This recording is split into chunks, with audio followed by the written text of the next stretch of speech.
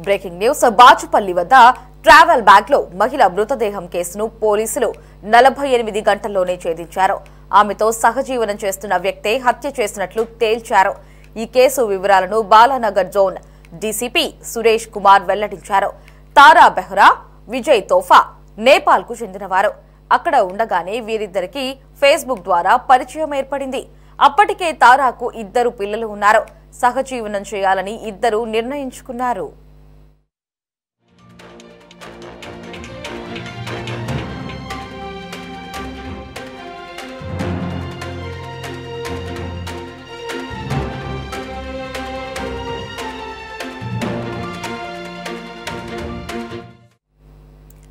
ఈ క్రమంలో నేపాల్ నుంచి హైదరాబాద్ వచ్చి కాపురం పెట్టారు.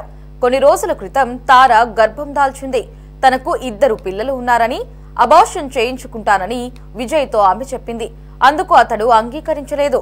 పిల్లల్ని కని నేపాల్ కు తీసుకువెళ్దామని చెప్పాడు. అందుకు తారా నిరాకరించడంతో ఇద్దరి మధ్య గొడవలు జరిగాయి.